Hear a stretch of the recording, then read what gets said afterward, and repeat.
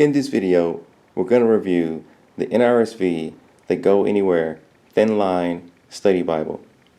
And this is a thin book, and it's small too. It's lightweight, and we're going to check it out. Now, just to give you a size comparison, put a few books on the table to be side by it, and it's almost as small as the Zondervan Compact Bible Dictionary, but it's smaller than that. It's pretty small. Okay, so we're going to get some info about this book. And it does come with the Apocrypha, by the way. It's one of the smallest books that I know of the Bible that comes with the Apocrypha. And it says it has easy to read, 9-point type, in a double column setting. That's what it says about the print size, well, the font size. And there's some extra information that I'll let y'all pause and read. And it does come with a bookmark, by the way. Just want to let y'all see that. Okay. Now let's check it out. Alright, move it.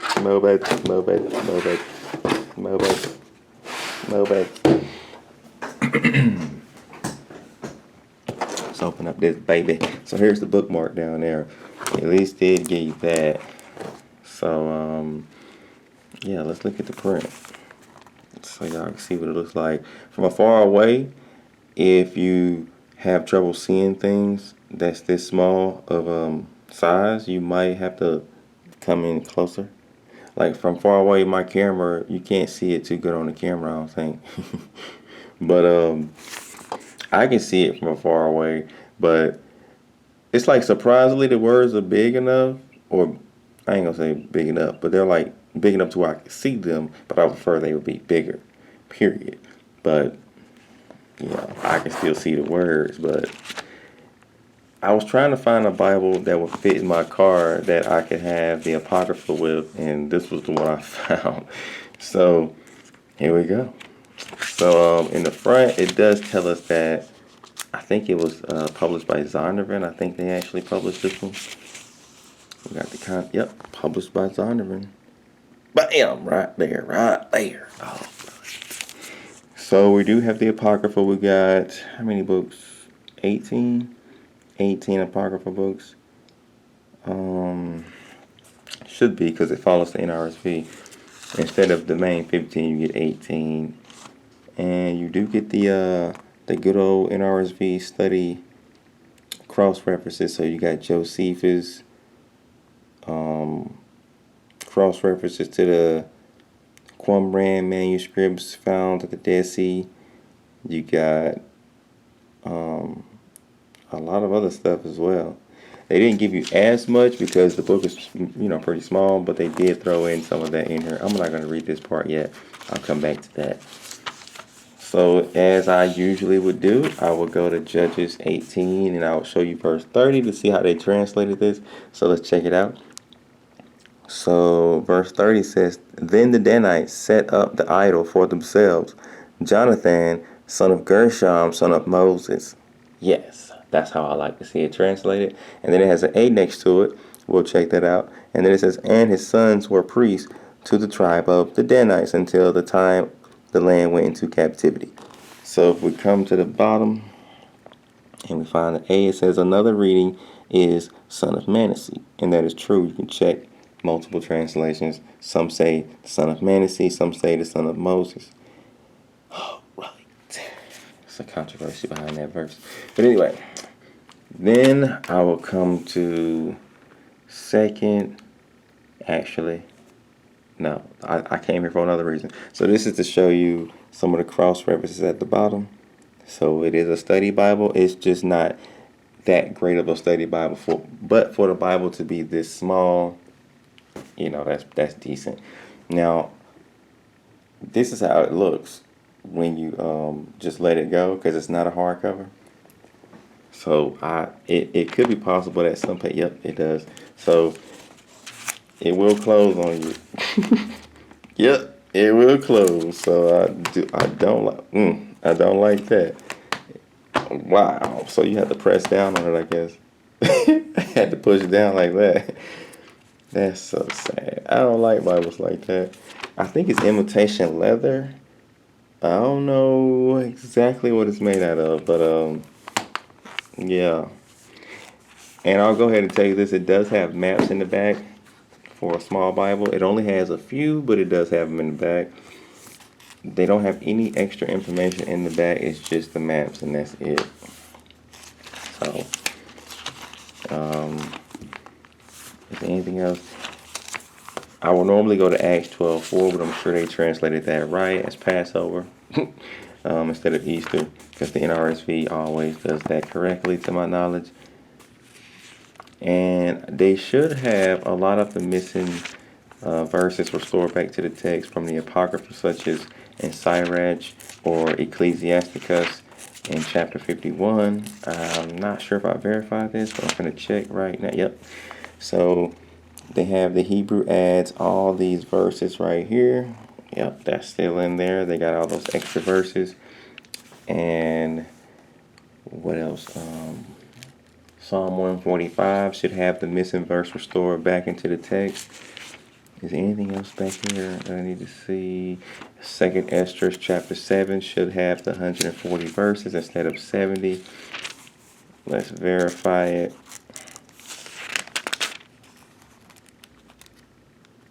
And they did correct where I'll go ahead and show you that right here, because I used to show this. I might need to highlight it in verse 49, where Behemoth is translated as Enoch in the KJV for 1611 with the Apocrypha. That baby right there. They translate Behemoth as Enoch, but here it has a G next to it, and Behemoth in verse 51, they have a G next to it. So if you come down to the bottom, we'll find that G. Other Latin authorities read Enoch, and that's true. That's why if you have a 1611 with the Apocrypha, the KJV, it's going to say Enoch in those two verses instead of Behemoth. But it should be Behemoth, and they corrected it, and they put Behemoth. You can tell that's what it should be by the context as you read the chapter. And if you know creation, you can combine it with Genesis and read the creation to know that it couldn't have been Enoch in these two verses. So let's see. Chapter 7, let's see if we got those 140 verses. It looks like we do. Looks like we do, because I already see verse 88. So yeah. Oh yeah, we do. Okay, so you also get the 140 verses instead of 70. Yep, I see it. The 140 verse right there. Bam. Alright, so you do get those missing 70 verses restored back to the text, and Second Esther's in here as well. And you get Psalm 151, 3 and 4 Maccabees. A lot of the stuff that the NRSV normally would give. Psalm 145. If you have never seen this, you can check it out. So in Psalm 145, the missing verse, the missing verse will be restored between verse 13 and 14. So the normal part will say, your kingdom is an everlasting kingdom, and your dominion endures throughout all generations. Here's the missing restored part. It says, the Lord is faithful in all his words and gracious in all his deeds. And then it goes back and, starts the rest. So that's the missing restored text. You can see in other translations that it's not there because it was restored back from the Dead Sea Scrolls finding of that verse from the manuscript they found, and other manuscripts they found of that verse. Let's see. Now, we're going to get to the beginning. They do have abbreviations.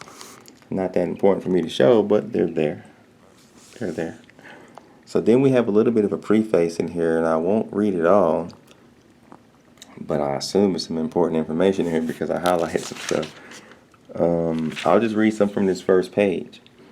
So the highlighted parts, if I can focus on it, says, to summarize in a single sentence, the New Revised Standard Version of the Bible is an authorized revision of the Revised Standard Version published in 1952, which was a revision of the American Standard Version published in 1901, which in turn embodied earlier revisions of the King James Version published in 1611. Then we come down to the next highlighted part. It says, yet the King James Version has serious defects. And a lot of people know that, including me. And then we come down to the next part where I highlighted. It says, these defects were so many as to call for revision. And I'm glad they did, because people who read the King James Version a lot and study it and compare it with other translations and manuscripts know that. They know it's a lot of issues in there. But anyway, let's keep going. So then it goes on to say in the next highlighted part, we're going to skip the American scholars. That, we're going to come down to the next part where it says the council appointed a committee of scholars to have charge of the text of the American Standard Version to undertake inquiring concerning the need for further revision. After studying the questions whether or not revision should be undertaken, and if so, what its nature and extent should be, in 1937, the council authorized the revision. The scholars who served as members of the committee worked in two sections, one dealing with the Old Testament and one with the New Testament. In 1946, the revised standard version of the New Testament was published. Let me come down to the next highlighted part. A translation of the apocryphal / deuterocanonical books of the Old Testament followed in 1957. In 1977, this collection was issued in an expanded edition containing 3 additional texts received by Eastern Orthodox communions, 3 and 4 Maccabees and Psalm 51. So that's why if you ever get an NRSV Bible, most of them are going to have the main 15 Apocrypha books and 3 and 4 Maccabees and Psalm 151.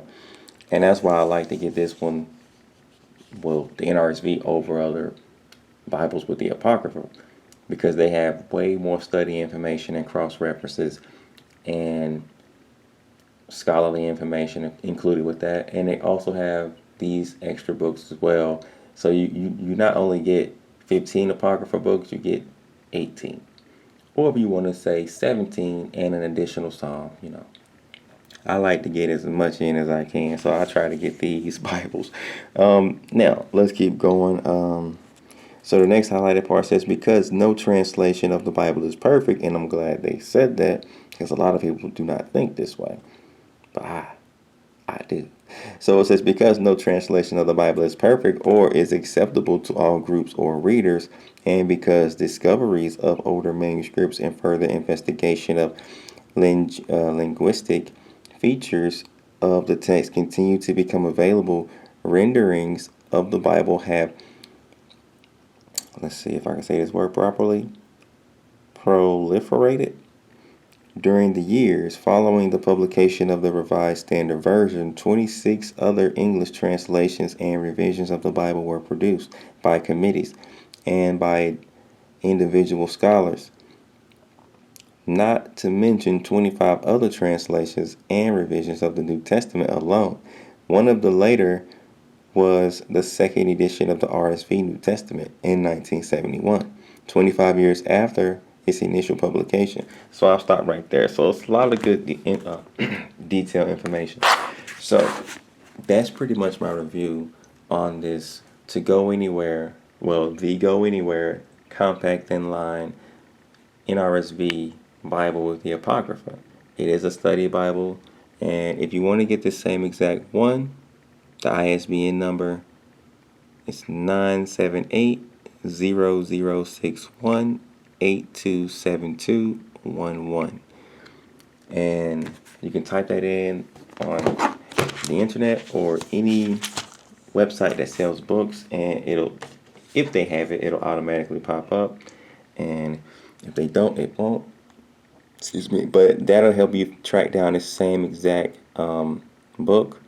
And the price on this was $27.99. It could be a little higher or lower depending on what condition you buy the book in, and depending on if it's a sale or not.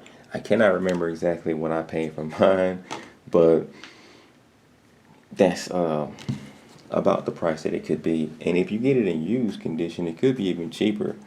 But yeah, so this book was okay. It was kind of rare, at least it's something that I can swap out from the 1611, because this is what I normally had in my car.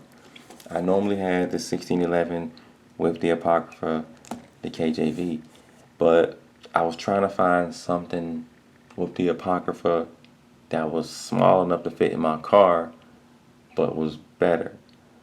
Because I'm replacing the KJV, so this was my replacement, but it is not my perfect replacement. One other thing I forgot to mention is, as I do in most of my books, I talk about the space at the tops of the pages, on the left and the middle and the bottom of the pages. The reason I do that is because I have to write in, or I like to write in, all my extra cross references and notes.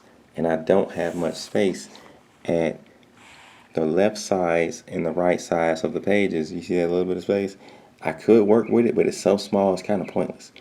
Now at the tops is a little bit of space, but you got a little bit of space at the bottom as well. And it kind of, I mean, it's kind of, you can kind of put something in the middle, but it's going to be really tough because the way the book is made, you got to kind of like spread